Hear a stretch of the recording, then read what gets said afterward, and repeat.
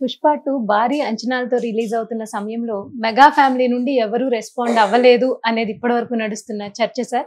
అయితే mega hero ఇప్పుడు mega family నుంచి ఒక మెగా హీరో పుష్ప 2కి విషెస్ చెప్పారు అనే న్యూస్ వచ్చింది సార్ బయటికి. సో దీని గురించి మీరేం మాట్లాడతారు? అంటే మెగా హీరోలు ఎవరు స్పందించడం లేదు అనే దాంతో పాటు ఇంకొక వార్త బలంగా వినిపించింది. అంటే Pushpa 2 pre release event Hyderabad లో జరిగింది. అవును సార్.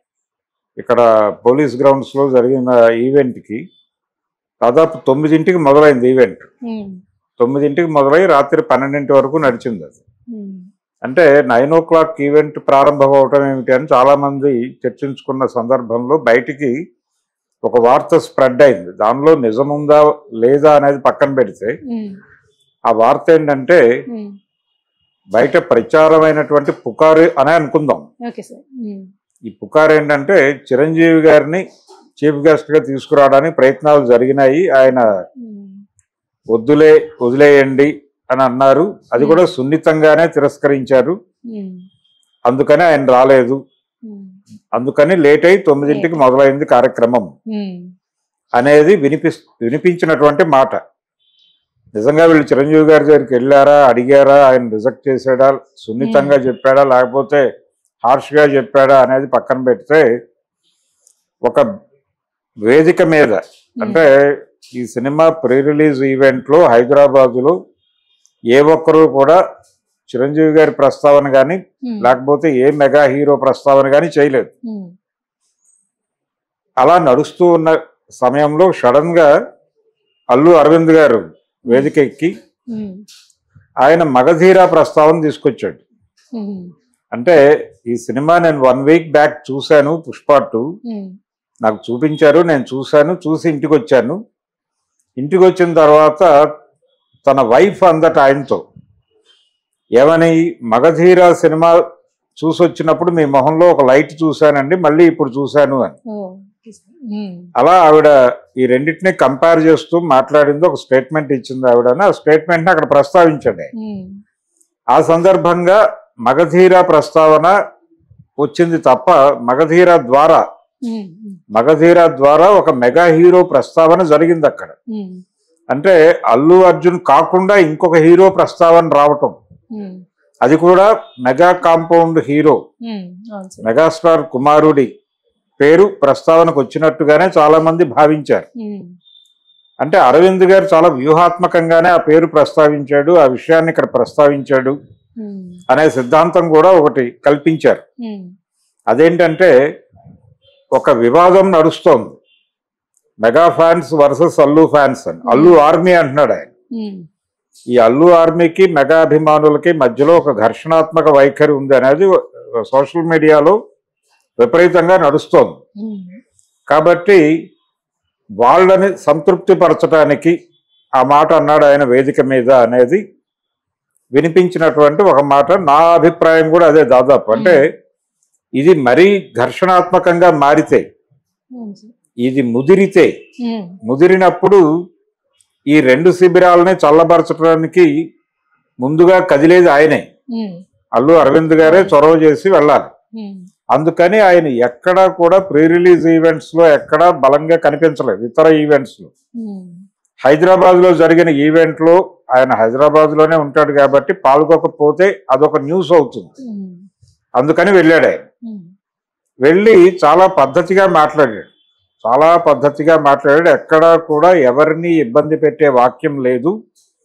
ఈ మగధీరా ప్రస్తావన చేయటం కూడా ఆయన ఒక ఇండికేషన్ ఇచ్చాడు. ఒకవేళ ఏదైనా ఇబ్బందికర పరిస్థితులు వస్తే వాటిని నేను సెటిల్ చేయగలను అనేది ఆయన చెప్పాడు ప్రపంచానికి. నేను చూసుకుంటాను, ఈ గొడవలు చూసుకోగలడు కూడా. ఎందుకంటే అల్లు అర్జున్ మీద వీళ్ళ విమర్శ ఏమిటి, ఆయన శిల్పారవి కోసం నంద్యాల వెళ్ళి ప్రచారం చేశాడు అనేది గొడవ.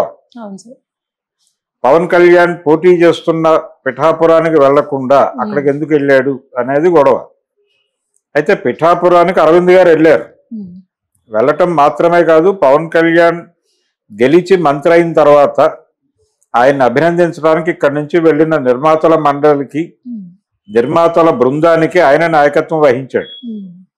ఆయనే లోపల సమావేశంలో ఏం జరిగింది అనేది మీడియాకి చెప్పాడు బయటకు వచ్చాక. కాబట్టి అరవింద్ గారు కీలకంగానే ఉన్నాడు, 2 శిబిరాలతోనూ ఆయనకు సయోధ్య ఉంది. కాబట్టి ఆయన దీన్ని సమప్ చేయగలడు. అందుకని ఆయన మగధీర ప్రస్తావన చేశాడు అక్కడ. అయితే మెగా కాంపౌండ్ నుంచి అంటే వరుసగా వాళ్ళందరి పేర్లలోనూ తేజ్ అనేది నడిచింది. వరుణ్ తేజ, లేకపోతే ఇంకో తేజ, ఇలాగా. ఇప్పుడు ఒక తేజ్ అయితే స్పందించి టీంకి శుభాకాంక్షలు చెప్తూ ఇది సెన్సేషనల్ హిట్ అవ్వాలి అని కోరుకుంటున్నాను అన్నాడు. కాబట్టి ఇది ఒక పాజిటివ్ సైన్.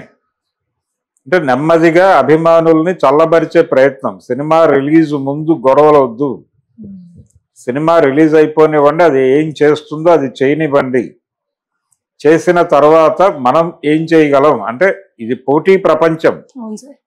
ఈ పోటీ ప్రపంచంలో ఎవడి రికార్డులు వాడిదే, ఎవడి టాలెంట్ వాడిదే, ఎవడి కష్టం వాడిదే. కాబట్టి అల్లు అర్జున్ కష్టం ఇప్పుడు ఆల్రెడీ RRR అనేటువంటి సినిమాతో వాళ్ళు ఆస్కార్ కొట్టారు. రామ్ చరణ్ హీరో ఆ సినిమాలో, ఎన్టీఆర్ ఉన్నప్పటికీ. కాబట్టి రామ్ చరణ్ సినిమా ఆస్కార్ కొట్టింది కాబట్టి అల్లు అర్జున్ సినిమా పుష్ప ఇక్కడ జాతీయ ఉత్తమ నటుడి పురస్కారం తీసుకుంది. తెలుగు సినిమాకి ఆస్కార్ రావటం ఎంత గొప్ప, ఒక తెలుగు హీరోకి జాతీయ ఉత్తమ నటుడు రావడం కూడా అంతే గొప్ప. అంటే ఇప్పటి వరకు ఏ నటుడికి రాలేదు. గతంలో ఇంతకంటే అద్భుతమైన నటులు ఉన్నారు. రంగారావు గారు లాంటి అద్భుతమైన నటుడు ఉన్నప్పటికీ ఆయన కనీసం పద్మశ్రీ కూడా రావా ఎస్వి రంగారావు గారికి. అయినప్పటికీ అల్లు అర్జున్కి జాతీయ ఉత్తమ నటుడుగా ఆ పురస్కారం దక్కింది. కాబట్టి అదొక చరిత్రలో నిలిచిపోతుంది ఆ సినిమా. అంటే మొదటి ఆస్కార్ కొట్టినటువంటి తెలుగు సినిమాగా RRR ఎలాగైతే ఒక చరిత్రలో నిలిచిపోతుందో, అలా జాతీయ ఉత్తమ నటుడి పురస్కారం అందుకున్న మొదటి సినిమాగా పుష్ప కూడా చరిత్రలో నిలిచిపోతుంది. అందుకున్నటువంటి నటుడుగా అల్లు అర్జున్ చరిత్రలోకి ఎక్కుతాడు. ఇలా ఒక కంపారిజన్ నడుస్తోంది. అంటే వాళ్ళు ఒక ఏరియాలో ఒక రికార్డు నెలకొల్పితే దాన్ని బ్రేక్ చేయటం, దానికోసం వీళ్ళ ప్రయత్నం వీళ్ళు చేస్తారు. అందులో భాగంగానే ఇప్పుడు వీళ్ళు ఇంకొక అడుగు ముందుకేస్తున్నారు. ఏది 2000 క్లబ్లోకి వెళ్ళాలనే ప్రయత్నంలో వీళ్ళు ఉన్నారు. పుష్ప 2 టీం. ఇది సాధ్యమవుతుందా లేదా అనేది పక్కన పెడితే RRRను దాటి వెళుతుంది అనేది ఖచ్చితంగా కనిపిస్తోంది. RRRను దాటి వెళ్ళి బాహుబలి 2 రికార్డును బద్దలు కొట్టచ్చు.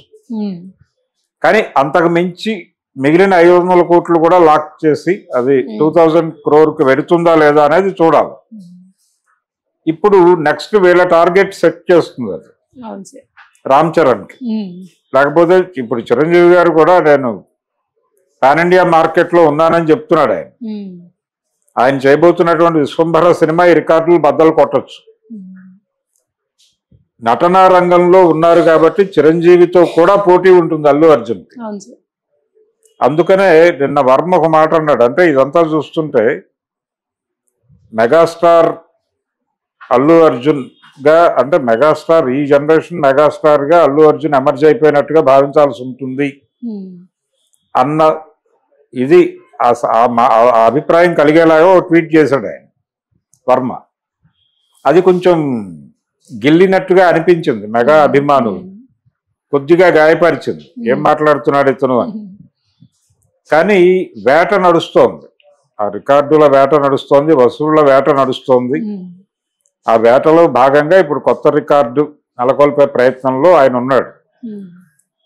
ఈ ప్రాసెస్లో ఈ స్పర్ధ నడుస్తుండగానే స్పర్ధ వృత్తిపరమైనటువంటి వైరం వ్యక్తిగతమైనటువంటి వైరంగా మారాల్సినటువంటి అవసరం లేదు. ఎన్టీఆర్ ఏఎన్ఆర్ సినిమాల మధ్య కూడా పోటీ ఉండేది. ఒకళ్ళ రికార్డులు ఒకళ్ళు కొట్టాలి అనేటువంటి స్కీమ్ ఉండేది. కానీ పర్సనల్ లెవెల్లో వాళ్ళ ఫ్రెండ్షిప్ ఉండేది. ఎన్టీఆర్ హిట్ సినిమాలు అంటే ఒక టైంలో అడవిరాముడు దగ్గర నుంచి పర్టికులర్గా అంటే దారవేర సూరకర్ణ నుంచి మొదలు పెడితే నాగేశ్వరరావు గారికి ఆలు మగలు నుంచి 7 అంతస్తుల మేడ వరకు దాదాపు 2.5 సంవత్సరాల పాటు పెద్ద హిట్లు లేవు. శతదినోత్సవ చిత్రాలు కూడా లేవు. అయిపోయింది ఆయన కెరియర్ అనే మాట కూడా ప్రజల్లో ప్రచారం అయింది. ఆ టైంలో రామారావు గారి సినిమాలు విపరీతంగా రికార్డులు బద్దలు కొట్టాయి. అడవి రాముడు, యమగోళ, వేటగాడు, డ్రైవర్ రాముడు, కొండవీటి సింహం, జస్టిస్ చౌదరి, ఇలా ఈ సినిమాల ప్రతి శతదినోత్సవానికి అక్కినేని నాగేశ్వరరావు చీఫ్ గెస్ట్ గా పిలిచేవాడు. వేటగాడికి, అడవి రాముడికి, వీటన్నిటికీ చీఫ్ గెస్ట్ ఎన్టీఆర్. ఇంకొక గెస్ట్ ఉండేవాడు ఎంజీఆర్. మెడ్రాస్ లో జరిగితే ఎంజీఆర్ ఉండేవాడు. ఇంకెక్కడైనా జరిగితే, విజయవాడలో జరిగితే దిలీప్ కుమార్ వచ్చాడు. మెడ్రాస్ లో రాజ్ కపూర్ వచ్చాడు అడవి రాముడికి. అక్కినేని నాగేశ్వరరావు కామన్. ప్రతి వేదిక మీద ఆయన రామారావు గారి సినిమా రికార్డుల గురించి మాట్లాడేవాడు నాగేశ్వరరావు.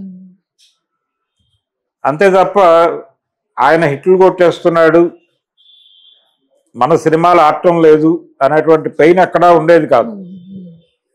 ఆ తర్వాత ఆయన విజయవంతమైన సినిమాలు వచ్చినాయి. అంటే ఏడంతస్తుల మేడ నుంచి ఆయనకి సక్సెస్ఫుల్ వచ్చినాయి. వచ్చినప్పుడు ఆ ఫంక్షన్స్కి ఆయన వచ్చేవాడు, రామారావు గారు వచ్చేవాడు. ఈ వాతావరణం ఉండాలి. ఇదే వాతావరణం కోరుకుంటున్నారు ఇప్పుడు. అందుకని అల్లు అర్జున్ కూడా తన ఐడెంటిటీ తాను నిలబెట్టుకుంటూనే మెగా హీరోల ప్రస్తావన కూడా, అంటే చిరంజీవి, పవన్ కళ్యాణ్ తనకి ఇన్స్పిరేషన్ కలిగించారు అని గతంలో ఎప్పుడూ ఆయన మాట్లాడిన మాటల్ని అప్పుడప్పుడు ఎక్నాలజీ చేయగలిగితే ఈ అభిమానుల మధ్య నడుస్తున్నటువంటి యుద్ధం కొంతవరకు ఆగచ్చు. అది ఆగాలి అని ఆయన కోరుకుంటున్నాడు అరవింద్ గారు. ఆ కోరుకోవటం వల్లనే మగధీర ప్రస్తావన అక్కడ చేశాడు. ఇప్పుడు ఒక మెగా హీరో స్పందించాడు, ఇంకొక 2-3 రేపు ఎల్లుండుల్లో స్పందిస్తే కొంతవరకు ఈ గ్యాప్